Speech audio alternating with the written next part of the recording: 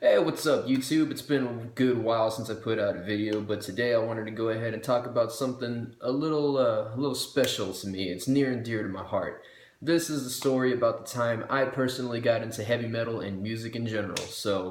My music journey actually started whenever I was still in my mother's womb. So there's that. She told me that whenever I was a baby, I was still in her womb. She goes to HEB. If you don't know what HEB is, it's a local grocery store here in Texas. She was in the car and she was listening to the radio and she puts on the country station and apparently I get real fussy. I start kicking around and everything in the womb and she's like, "What's wrong with Matt? You know, why is he all mad?" So she thought, maybe it's the radio. So she tried turning it down a little bit. I was still pretty fussy. So she was like, "Okay, well maybe I should change it to something else." So it was on country already. So she switches it to the Spanish station and I think I calmed down a little bit, but I'm still like kicking up a storm and everything, so it didn't really help that much. And she's like, "What's going on?" And so then she switches it to C101, which is the local rock radio station in Corpus Christi. And For Whom the Bell Tolls by Metallica is playing. And at the time, that's whenever I was completely calm. I didn't, I wasn't kicking, I wasn't, doing anything, I wasn't, hurting my mom or anything like that either. I was calm. It's like nothing happened. So she was like, "Holy crap, I guess hard rock really calms this kid down." So just to make sure, she switches it back to the country station and I start kicking up a storm again. So that's pretty much when I know a lot of people say that, some people are born with it, some people are born a natural metalhead and stuff like that. So I'm guessing I was probably one of those dudes. But I didn't really realize that I was into heavy metal until I was about 10 years old. Or no, not even. Maybe a little earlier than that because in like 2003, 2004, this hot new video game comes out called Tony Hawk's Underground, and Kiss was on the soundtrack. There were I think there were three Kiss songs on there. It was "Lick It Up," "God of Thunder," and "Rock and Roll All Night." And I fell in love with "God of Thunder." And Gene Simmons was a playable skater, and there was also a Kiss concert level that you could skate around in, so that was pretty cool. And you could also collect the Kiss letters, and they'd put on a show for you, and you unlock a little. I think you unlock a little bit of the God of Thunder live video from Alive 4. So Kiss was one of the first. Kiss was actually the first band that I was ever into. So if it wasn't really for Kiss, then I probably wouldn't even be into music today. And then fast forward a couple years later, another Tony Hawk game comes out, Tony Hawk's American Wasteland, and Holiday by Green Day is on the soundtrack. So that's when I started listening to Green Day, picked up the American Idiot album, and I pretty much listened to everything on there. It was one of the first records that I could listen to it all the way through without having to skip anything, so that was really awesome. And then I think I also got Kisses Alive 4 for Christmas one year. So yeah, so Tony Hawk's Underground, American Wasteland, pretty much those soundtracks together, those pretty much defined the type of music that I was going to get into later on. And then my freshman year, because my mother's divorced now, obviously, but she got remarried like a couple years ago. But at the time, she was single, and in 2009, she was dating this guy that was a metalhead also, and he got me into a bunch of thrash metal like Megadeth and Slayer and stuff like that. And he has the first Korn record, and he wasn't a big Korn fan, but he had the record because he only liked two songs from it, which was "Blind" and "Shoots and Ladders." And he went up to me and he was like, "Do any of your friends ever tell you that you listen to satanic music or something?" And I'm like, "Yeah, they do, and it really pisses me off." So what he did was he's like, "I'm going to show you this song, and this is going to shut him up completely." So he pops on the first Korn record and "Shoots and Ladders."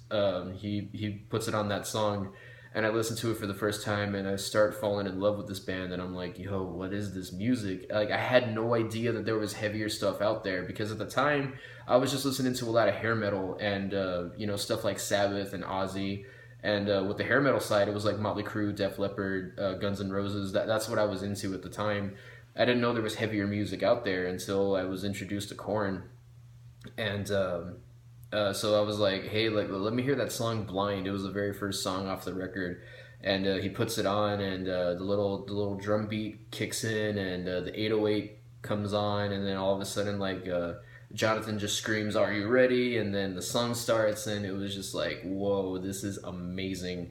I had never heard anything so heavy like that in my life, and it got to the point to where I went to the store and I picked up Korn's Greatest Hits record, and the Greatest Hits Volume One was pretty much like the soundtrack of my life back in the day too. And I think that was the first record that I ever bought with my own money. So there's that. And I also got.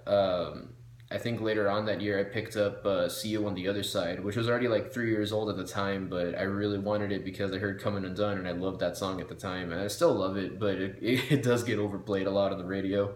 So I put on that record, "See You on the Other Side," and "Twisted Transistor" comes on, and I remember literally being scared by that record because it was weirdly funky but freaky at the same time. I didn't know what it was. It was just like, that's when I really started falling in love with this band, and then um, I was friends with this guy in high school. His name was Jay, and he introduced me to stuff like Slipknot and Mudvayne and Godsmack and other new metal like that. But he also introduced me to shit like Cannibal Corpse and Morbid Angel and stuff like that. So it was like, um, it felt like there was an entire world of heavy music at my disposal that I didn't know about.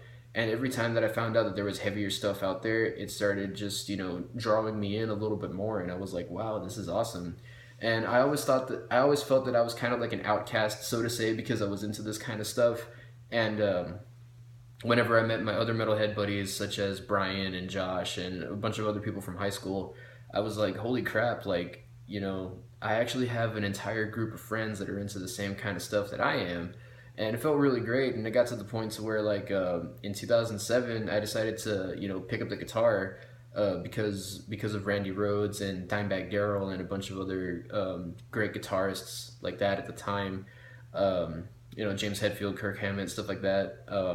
Picked up guitar in 2007, and then in 2008, that same guy, Jay, he decides to start a band, and the band was called Sorrow's End. And I was jamming with him for the longest time, but in 2013, it was my senior year of high school, and I was going to go to college, so I ended up, I guess, like quitting the band or so, but the band ended up like just breaking off anyway because um, Jay had originally told me, like, why don't you just take a year off or whatever and then, focus on the band for a bit. And I was like, well, I'm not going to do that because, me knowing the person that I am, I can't, take a year off and then go back to school because knowing me, I probably won't because I'll probably get used to working or whatever and making my own money.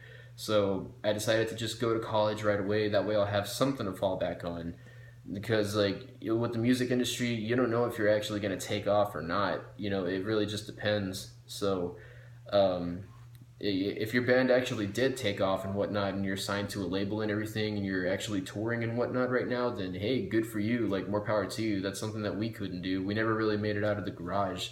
But if we probably would have like treated it like it was really serious, and if we put like our entire heart and soul into it, then we probably would have made something. I know Jay's heart and soul was into it, but mine it wasn't because I didn't see music as a career. I saw it as more of a hobby at the time. But of course, with this year in 2017, if it gets to the point to where like maybe I could find something that music wise that will kick off, then we'll see. But at the time, I'm just focusing on school right now and getting that computer science degree and see what happens. But yeah, it was just this is just something that I really wanted to talk to y'all about.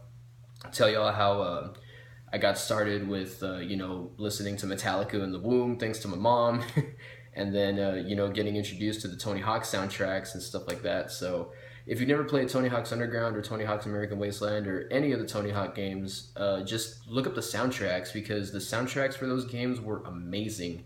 It had everything from punk rock to metal to pretty much anything else that you could think of. So how did you guys get into music or metal in general? Let me know in the comments below, and I will see you guys in the next video.